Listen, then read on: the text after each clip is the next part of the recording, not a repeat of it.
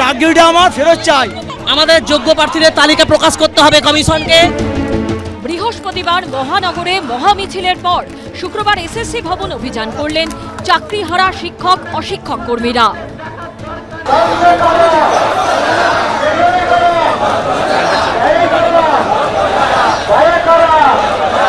ভবিষ্যৎ অন্ধকার, বেতন হবে কিনা ঠিক নেই, সংসার চলবে কি করে জানা নেই। এই অবস্থায় এসএসসি থেকে রাজ্য সরকারের বিরুদ্ধে ক্ষোভ উগরে দিলেন চাকরিহারারা। একটা কথার কোনো প্রতিশ্রুতি রাখছেন না, না ওনারা মিরর ইমেজ দিচ্ছেন, না ওনারা সিগ্রিগেশন লিস্ট দিচ্ছেন, না ওনারা কিছু করছেন, শুধু মিটিং মিছিল এই। আর এর থেকে বেশি তো আমাদের জন্য ওনারা কি করেছেন এখনো পর্যন্ত? পেটে খিদে, বুকে ক্রোধ, চোখে প্রতিবাদের আগুন। এসএসসি 2016 নিয়োগ প্রক্রিয়ায় আমি যোগ্য, আমার চাকরি ফিরিয়ে দিন। যোগ্য চাকরিহারা, স্পষ্ট করে এই বার্তাটা লেখা আছে। আমরা কারা? যোগ্য যারা। আমরা কারা? যোগ্য যারা। SSC high high, SSC high high, রাজ্য সরকার হাই হাই। এতজন যোগ্য প্রার্থীর জীবন জীবিকা রুজি রোজগার নিয়ে ছিনিমিনি খেলা যাবে না। সল্টলেক করুণাবই থেকে শুরু হয় চাকরিহারাদের মিছিল। যে ওএমআর নিয়ে এত বিতর্ক, কেউ কেউ সেই মূল্যবান ওএমআর নিয়েই হাজির হন প্রতিবাদ মিছিলে।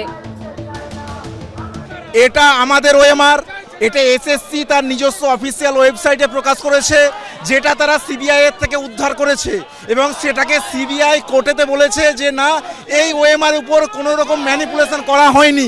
এসএসসি এটাকে অ্যাকসেপ্ট করেছে। তারপরেও আমরা যোগ্য যারা শিক্ষক শিক্ষিকা এবং শিক্ষিকা কর্মীবৃন্দ, আমরা কেন গেলাম, কি অপরাধে আমরা বঞ্চিত হলাম কোর্টের রায়েতে? আমরা আমাদের মিরর ইমেজ দরকার, মানে আমাদের যে আমরা যোগ্য প্রার্থী, যোগ্য টিচার আমরা, তাই আমাদের একটাই দাবি, আমাদের অরিজিনাল মিরর ইমেজ প্রকাশ করতেই হবে। চাকরিহারাদের চাকরি ফেরতের এই সংগ্রামে সামিল হয়েছে সংগ্রামী যৌথ মঞ্চ থেকে অভয়া মঞ্চের প্রতিনিধিরা। প্রথম দাবি যে সুপ্রিম কোর্টের নির্দেশে যে টেন্টেডদের চাকরি চলে গেছে তাদেরকে সরকার টার্মিনেশন লেটার ধরাক প্রথম। দ্বিতীয় কথা হচ্ছে যে তথ্যসহ নির্ভুল যোগ্যদের তালিকা দিক এবং সেই তালিকা সার্টিফাই করুক এসএসসি যে এর মধ্যে একজনও অযোগ্য ক্যান্ডিডেট নেই, এবং তার সাথে আর্টিকেল 14 এবং 16 ভায়োলেশনের যে অভিযোগ এখানে প্রমাণিত হয়েছে বলে মনে হচ্ছে, সেইটাকে করতে গেলে সমস্ত ওএমআর পাবলিশ করতে হবে। একদিকে এসএসসি অফিস অভিযান, অন্যদিকে আচার্য সদনের ঠিক পাশেই অনশনে বসেছেন চাকরিহারাদের একাংশ।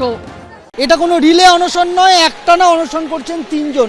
তাদের নাম এখানে রয়েছে প্রতাপ কুমার সাহা, সুমন বিশ্বাস এবং পঙ্কজ রায়। যতক্ষণ না আমাদের দাবি পূরণ হচ্ছে, যতক্ষণ না আমরা সদুত্তর পাচ্ছি, ততক্ষণ আমরা অনশন চালিয়ে যাব। বুধবার কসবায় চাকরিহারাদের পুলিশের লাথি মারার ছবি ঘিরে এখন তোলপাড় চলছে।